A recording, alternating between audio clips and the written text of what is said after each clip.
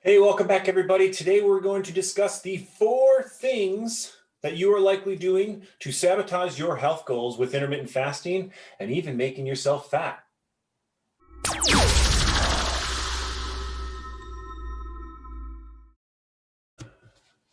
All right, everybody, welcome back. Today, like I said, I'm going to cover the 4 different things that you might be doing that are sabotaging your health goals with intermittent fasting and could even be making you gain weight and get fat when that's one of your goals that you're trying to work on while you're doing it in the beginning.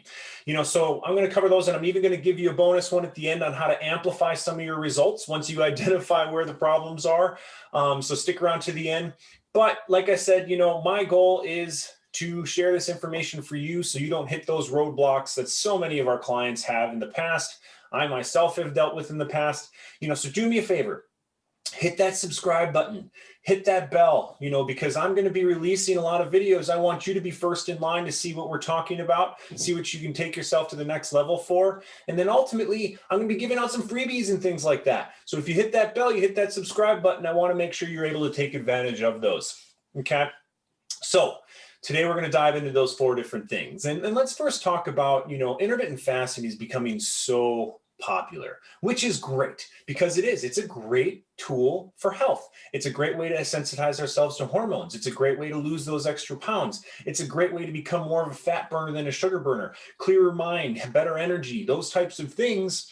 But when you do some of these 4 things, which are more common than you might think, you could really be slowing down your progress for meeting those health goals, no matter what they are. And they might even be the reason for why we start to see that plateau, or we start to see you regress, right? We don't want that to happen to you, right? We want you to continue to see those benefits. So make sure to chime in for these 4 that I'm going to go over and my bonus thing that I'm going to give you to bring that to the next level, okay?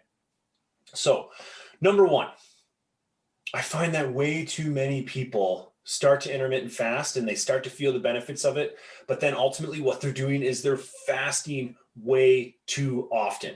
I mean, the benefit of intermittent fasting, and there's so many different ways that you can do it. But one of the biggest problems that is people say, hey, I'm seeing the benefits from doing just a little bit of that fasting. So that must mean a little bit of a good thing is good. A lot of a good thing is much, much better, right? And in this instance, no. Okay.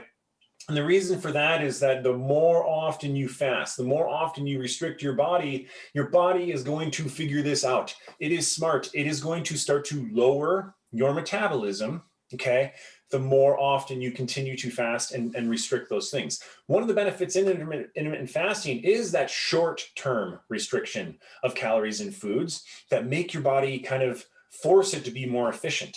Right? It's going to get rid of those lazy cells and those bad cells. It's going to make you more sensitive to your hormones, but it's based on short-term restriction. The more you restrict it, the more your body's going to say, whoa, whoa, whoa, I don't know where my next food's going to come from. I'm going to start slowing things down. Okay, so like what we do is we use a different combination of what we call diet variation. We use what we call feast days, which they are what they would think of, the days that you plan to eat, right? And my wife, very intelligent woman, Dr. Caitlin Sazowski, if you follow her, she's kind of coined a term called fast flexing, moving in and out of different fasts to get the best benefit. And she definitely targets the conversation on the best way women should be fasting, because that's another good point. It's not in my list, but if you are a woman, especially a cycling female, you have to fast a lot differently than I, for instance, would. Okay. So I'll give her a shout out here. Dr. Caitlin Sazowski. She's really not on YouTube, but you can find her on Instagram and things like that. Check her out. So the number one problem is people are fasting way too long. And another example of how this kind of works is I use an analogy of a bank account, right? Because most of us have done different budgets and we kind of understand the idea of money in equals money out. And if we're doing that wrong, we run out of money, right? And so I'm not a fan of the whole idea of calories in, calories out thought process, because I think it's a little out of date in certain areas, right? And it's confusing, even though that's how we've been trained for so long.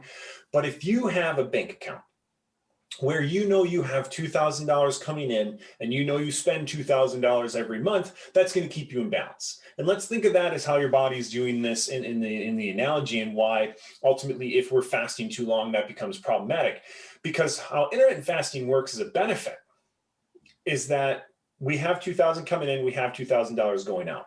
Now, if we have a weekend or two where we overspend, right, we're still going to be okay here because we know we can make it back. So like what happens is we run into that 1,500 for a little, we're still spending 2,000. This is where we'll see the weight loss benefits. This is where we'll see some of those efficiencies come. As long as we come up to that $2,000 a month again, we're going to be okay. Now, what happens is we get a little bit of a good thing. We start to overdo that, or we're restricting, or we're not making nearly as much as we are spending. We are eventually going to make that adaptation. Like we say, oh, I'm spending way too much money over here. I better back it down, or I better make more money, right? So when we're fasting for too long, your body starts to figure that out, and it will slow your metabolism down, okay? And when it does this, this is where we see the plateau. This is where we see the kind of the stall, if you will. And so usually how to get to that next level, we got to restrict again, right? But if we do that again too often, your body does the same thing. It says, oh, I'm bringing it down here again. And eventually it gets to the point where we can't maintain that, right? And so we actually say, okay, I was doing 2,000, then I brought it to 1,500, now I'm at 1,000. You know, what I can do is I can say, I've adapted that, I'll bring back up to 1,500. Now this is great because now we have more pump coming in. And this is a bank account. We're making an extra $500 that we're not spending, right? Golden. I like that idea if I'm talking about accumulating my money.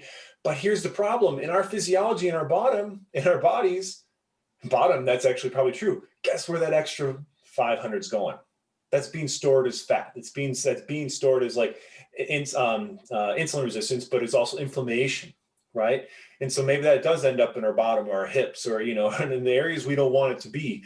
And so the benefit of fasting is only there if you're going in and out of it. Okay, so take that, you know, definitely bring that into consideration, where you have those days where you're kind of giving yourself that break, you're giving your body the okay, that's where that starvation mode comes from. We want to avoid that. So make sure you're not fasting too often or too long. Number two, I find that so many people, they're doing so great with the fasting, and then they say, hey, I've been working hard. And then as soon as they break that fast, they think they're going to go treat themselves. Right? Like I talked about with insulin, like with intermittent fasting, one of the biggest benefits is combating insulin resistance. And then why that is because when you're not eating, especially if you're not getting those carbs and things like that, your blood sugars are coming down, your insulin levels are coming down, and your cells are becoming so much more sensitive to those hormones. But the problem is, so many of us, we go, hey, I've been fasting. I'm going to go get my burger with my fries and a milkshake. Oh man, I really deserve that. You know, and here's the thing, you're working hard, but don't break the fast with that meal. Okay. You're sensitive to hormones right now. Your insulin is low and your blood sugar is low. As soon as you eat a ton of carbs and sugary foods and things like that, boom, it is going to spike your insulin so high.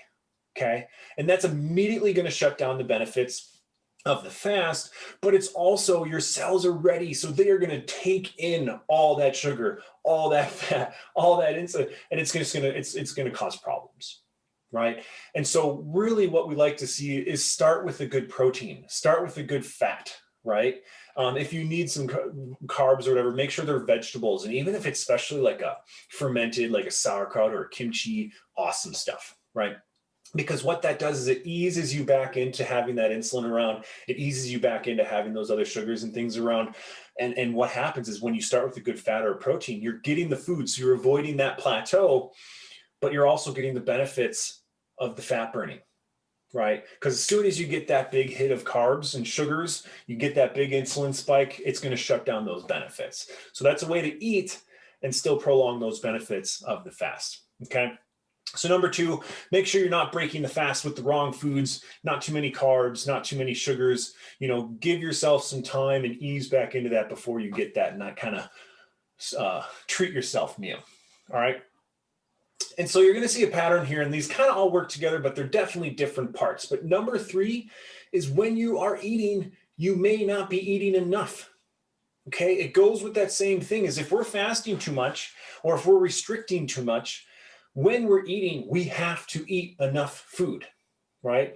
Now, when we're fasting, we're going to see our stomach shrink a little bit, right? And so we're going to fill up a lot faster. This is another reason when you're breaking that fast and when you are eating foods, I want you eating a well-rounded meal.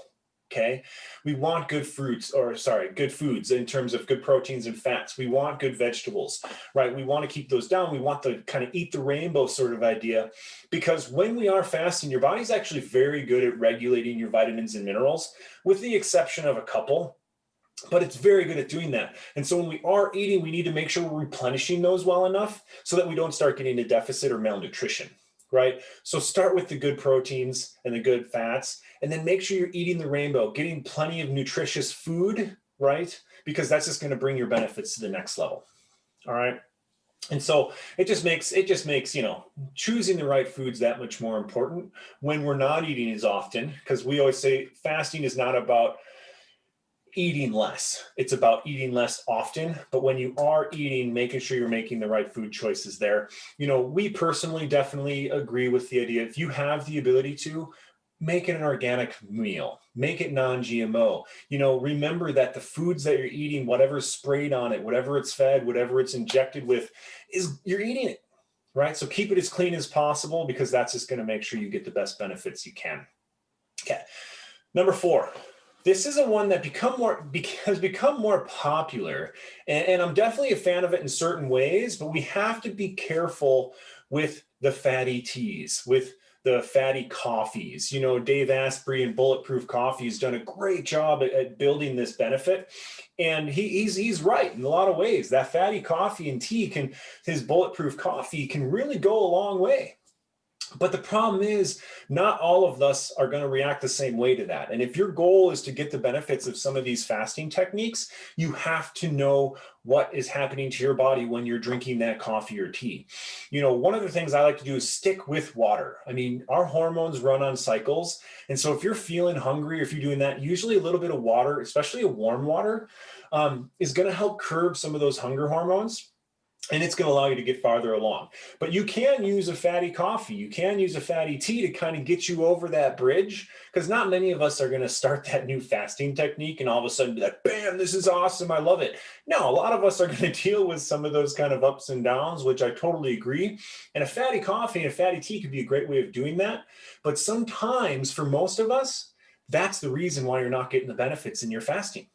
Because what's happening when you're drinking that, it's spiking your insulin, it's spiking your blood sugars, and you're not knowing this. If your goal is to make it till 12 o'clock with a fast, and you're drinking that tea at 9 or that coffee at 9 with the fats in it, if it's spiking your blood sugar, if it's spiking your insulin, it's stopping your insulin, it's stopping your fast right there and then.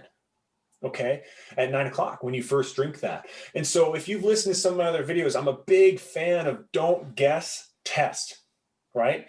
Get yourself a meter, or if you already have one, make sure you're checking that blood sugar, okay, right before you're doing your coffee or tea, and then checking it again at least 30 minutes after, maybe 60 and 90, but for sure right away at that 30 point, see what is happening to your blood sugar and insulin. If it's going up, guess what? Might not be the best thing for you right now. Stick with the water, stick with a little bit of sea salt in the water. See if you can curb those hungers that way. Because the good thing is too, once you start fasting, usually the science is about 10 days, right? Try and deal with those cravings for about 10 days, and your body should be getting there just to do that. So know what's happening there, right? Know what's going on with those fatty teas or fatty coffees. So if you're getting stuck, if you're hitting that plateau, you know what's up. All right, so about to get into the bonus, but let's do a recap. Okay, guys. Number 1, make sure you're not fasting too long. Make sure you're not doing too many fasts. You have to break it up. You have to make sure you are eating.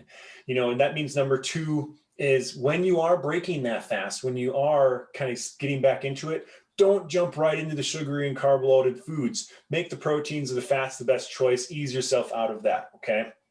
Number 3, when you are eating, make sure you're eating enough. Make sure you're eating till full and eating that well-rounded meal. Eat the color of the rainbow, okay, guys? And then number 4, know what your reaction is to that fatty coffee or tea, okay? Know what's happening, and maybe I should throw this in there in case some people think they're drinking a no calories and no sugar added and all these things where it's zero everything.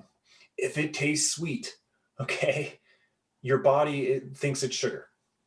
And it's gonna spike that insulin. It's gonna spike those blood sugars. So make sure you're paying attention to that. If don't guess, test, right? And so I won't say number 5, the bonus here. If you've done all that and you've really started to see those benefits, you're loving your intermittent fasting, one of the things you can take that to the next level is, I kind of talked about some of the benefits of hormones and things like that we have when we're doing intermittent fasting properly. One of them is human growth hormone. So one of the ways that you can really build some muscle, you can really lean out depending on what your goals are, is you work some exercise into that fasting state, right? Burst training, interval training, weight training, especially when you're in that fasted state, taking advantage of those extra hormones to kind of really lean yourself out and build that muscle if you want. Because I want you, if you're gaining weight, I want it because you want to. You're packing on those muscles, right? I don't want it to be because of the inflammation or the fat, right? So I'm here for you guys. I'm really excited to keep sharing this information with you. Make sure you subscribe to the page below, hit that bell. I'm going to be giving away some stuff coming up here. I mean, it's the end of 2020 at the time I'm recording this. And, I want you to have a great year. So be happy, be healthy, and I'll see you in the next video.